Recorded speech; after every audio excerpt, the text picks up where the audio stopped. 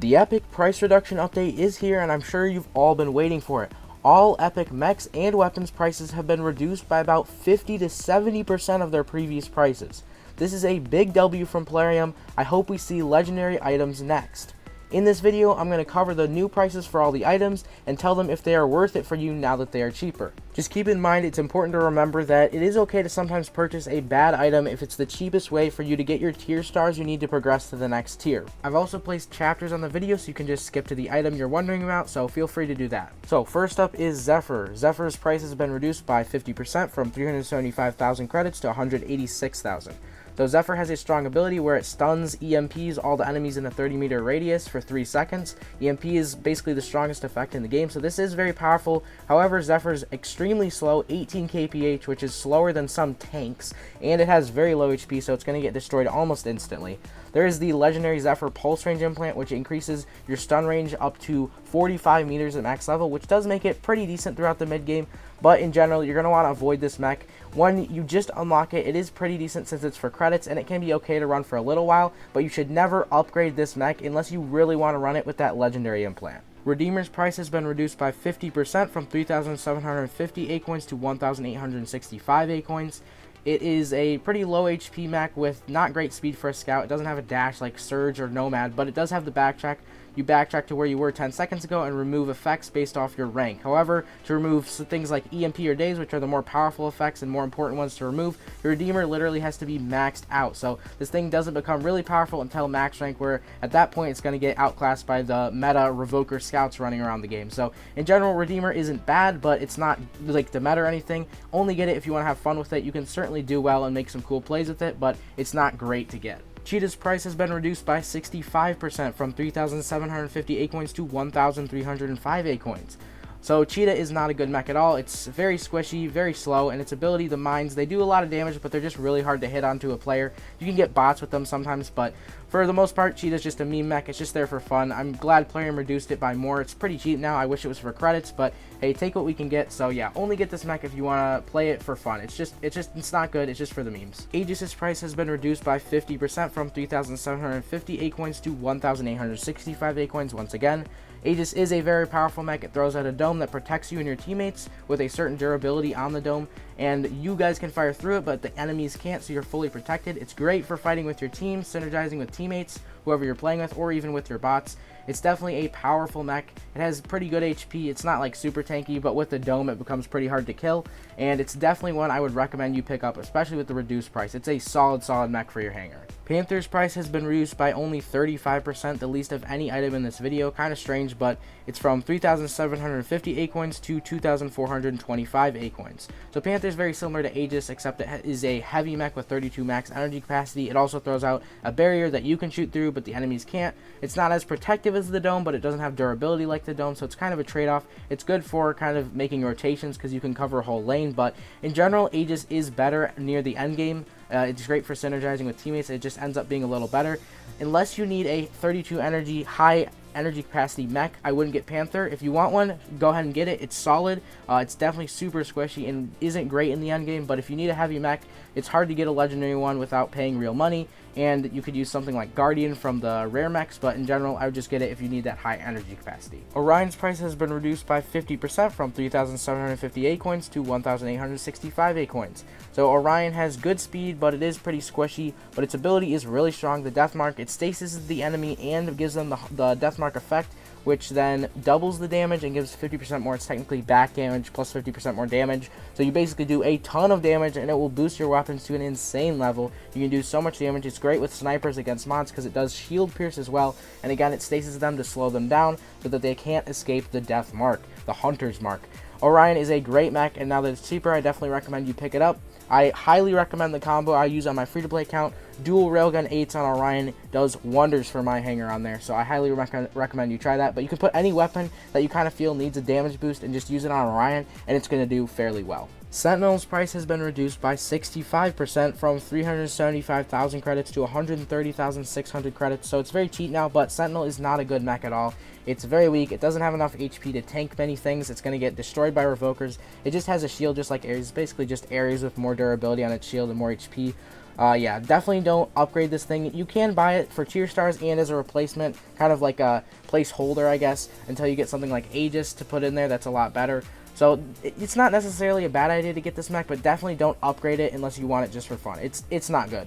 And our last mech, which is Killshot, has been reduced by 50% from 3,750 A coins to 1,865 A coins once again. So Killshot is a scout mech with super high speed. It's very fast and has a dash with a very short cooldown, so it has excellent speed. However, its HP is super low. It's very squishy, and it does do like extra dash damage if you hit the enemy, just like Nomad does or Slingshot. But since you're so squishy, you're just gonna die instantly. It's not usually a good idea to fight close quarters with this mech anymore. So in general, I would say just get this mech if you need some speed and a dash mech for your beacon captures. Basically, for CPC, you kind of need to have a dash mech, at least one in your hangar for beacon capturing, especially near the beginning of the match. So if you need that in your hangar, get this mech. But honestly, I would just go from Slingshot straight to Surge. You just save your 2,000 A coins now, it'll be. But if you want that beacon capturing power, go ahead and get it. Now on to the weapons. I'm not going to be listing the prices for every single energy variant of every single weapon. That would just waste your and my time. So instead, I'll just say somewhere around the average percentage the weapon set was reduced by. Arc Torrent's price has been reduced by about 70%. So Arc Torrents are a close quarters weapon, but they're just simply outclassed by both Revoker and Ember Gun. So absolutely do not get the Arc Torrents. They are terrible. The Missile Rack's prices have been reduced by about 70%. Missile Racks aren't terrible, but they're pretty outclassed by the Storm Rack, which is basically the far better legendary variant. The Missile Racks need a lot of implants to succeed. You have to have like reload, damage, and radius implants, and you have to rank them up to get a better radius, unlike the Storm Racks again. So don't use these weapons unless you want them for fun. They can do okay, but basically just Storm Racks are better and cheaper. Literally, the Storm Rack 10 costs credits, and you can just get dual copies of that really easily.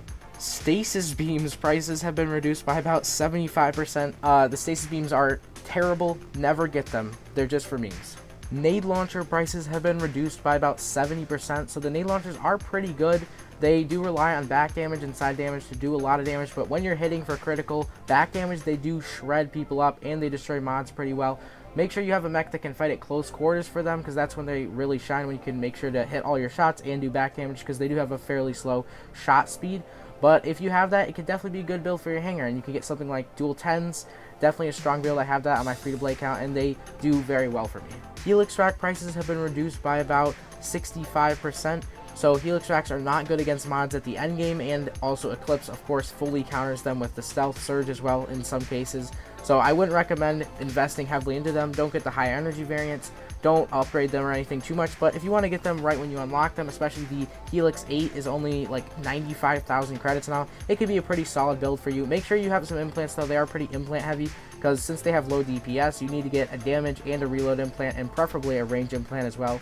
Often you're going to want to run all 3 implants with this weapon, but yeah, just get the 8s and use them for a little while. Don't upgrade them or get the 12 or 16 or anything like that. Fusion cannon prices have been reduced by about 75%. The fusion cannons are terrible. Never use them. I don't know why they made the bloom and damage on this weapon so bad. It's just garbage. Ember gun prices have been reduced by about 65%. So this is an interesting one. Embers by themselves aren't good against mods, against like ML mods or the Galvanic Hull. The weaken effect that they apply, that the Embers apply, is not good against Galvanic. However, if you combine that weaken effect with a Revoker, you can boost the Revoker's damage.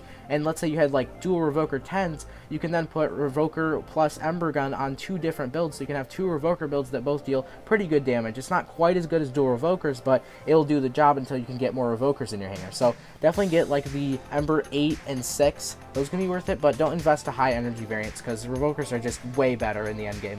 Voltaic RPG prices have been reduced by about 75%. These are just worse versions of things like Missile or Storm Racks. I wouldn't invest into them. They're not very good. They don't do well against any type of mods. Cryo Launcher prices have been reduced by about 75%. So Cryos are similar to Nades. They're both barrage.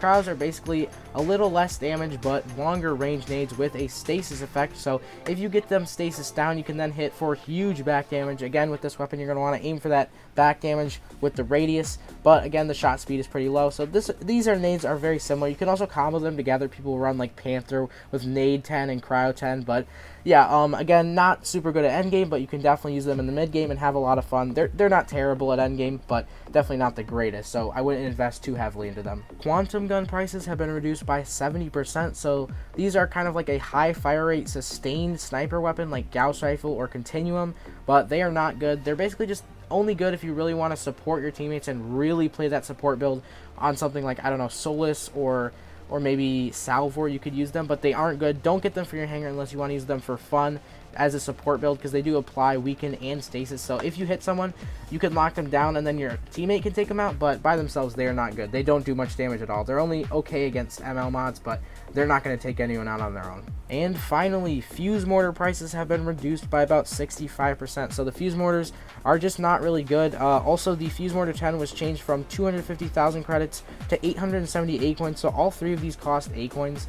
The mortars, any mortars or fuse mortars, just don't perform well against any type of mods, so I would definitely not recommend these. I don't know, they just have never done very well. Maybe on Orion they could be decent, but at endgame I know even on Orion they're not good. So don't invest into fuse mortars. So there you go. That is every epic item, the new pricing, and whether I think you should get it or not. Again, thanks to Plarium for this great update. I hope they do legendary items next, and thanks to you for watching the video. If you enjoyed, drop a like, subscribe for more videos like this. Again, thank you so much for watching. I hope you have a great rest of your day, and I'll see you in the next one.